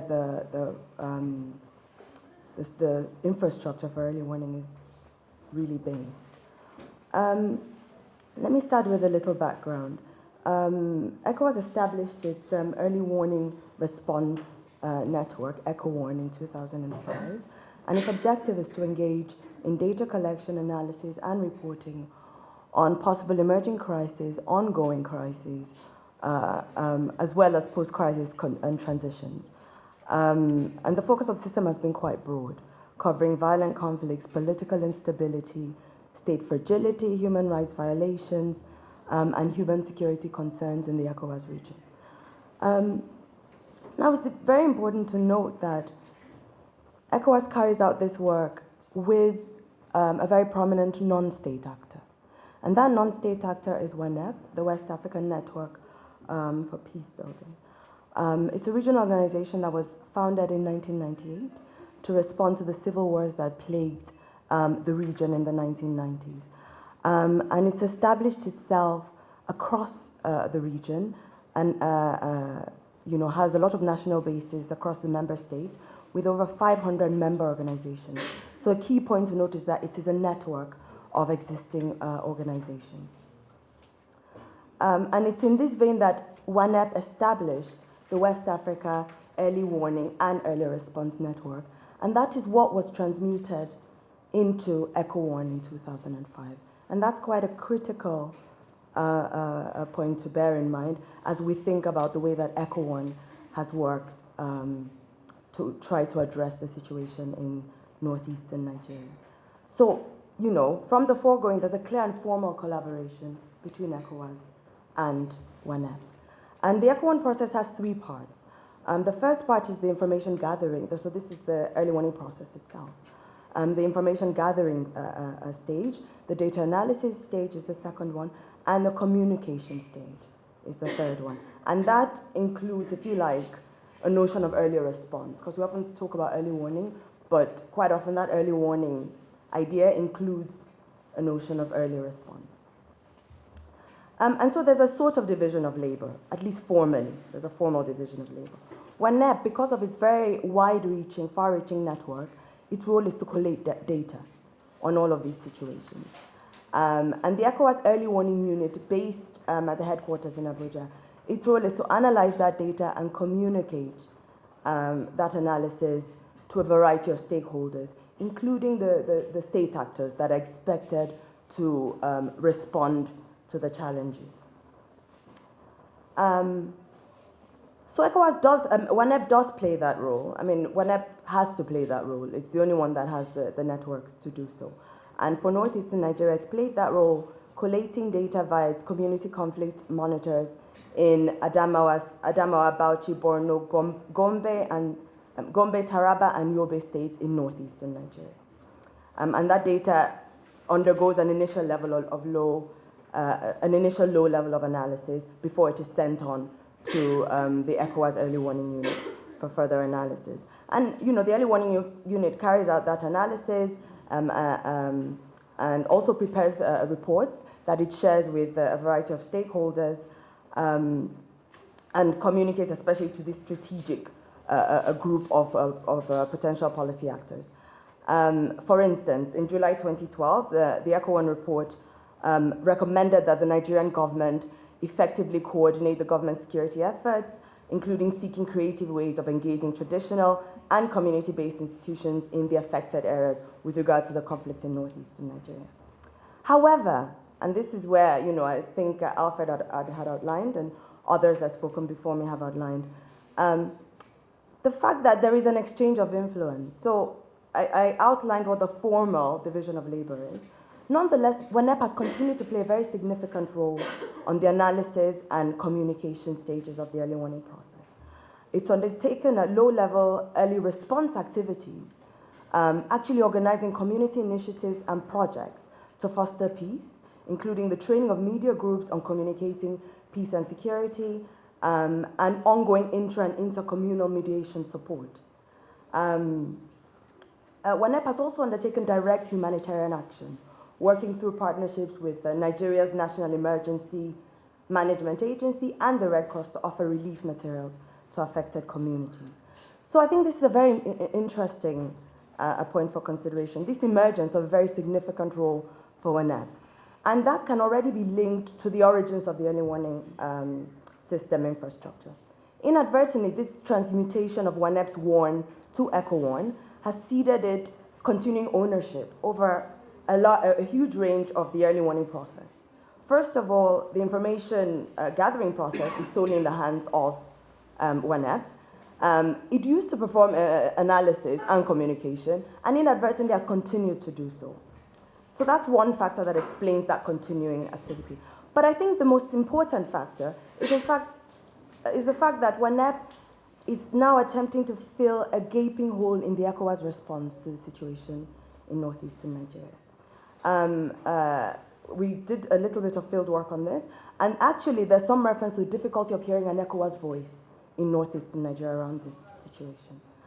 And what is the reason for that? I think the reality is there's a great deal of complexity in the Nigeria-ECOWAS interaction on this issue. Nigeria is a polar state within ECOWAS, both in political and economic terms. So in a sense, ECOWAS has to exercise caution in the way it engages this issue. Until very recently, Nigeria was very adamant that this was a domestic affair, until the kidnapping of the schoolgirls in April, when it opened up. And opened up not to ECOWAS, but opened up to the US, to the UK, to France, to Australia, to Canada. So that's really quite interesting.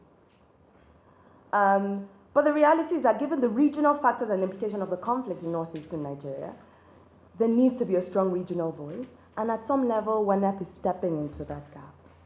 Now, this state of affairs seems far from ideal, but I don't think it's dismal, and I think it speaks to much of what we've been discussing through the conference, through the, even on the first day, the discussions we had.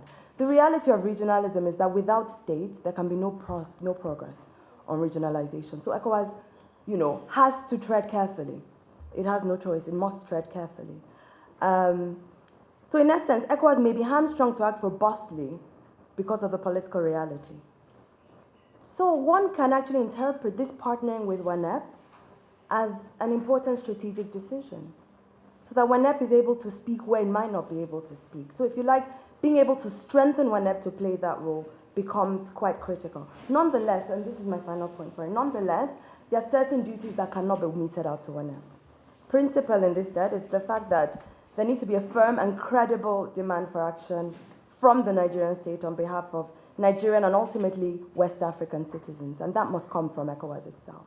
Because the reality also in the work we carried out is that in spite of what WANEP is trying to do, it is limited, because it's a civil society organization at the end of the day.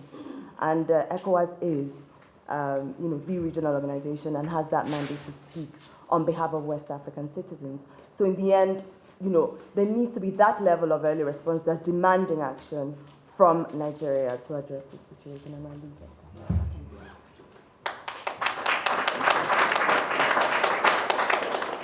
Thank you. And you can see how rich these papers are and how the different case studies then go to building this whole concept of leadership as a process and influence in that process.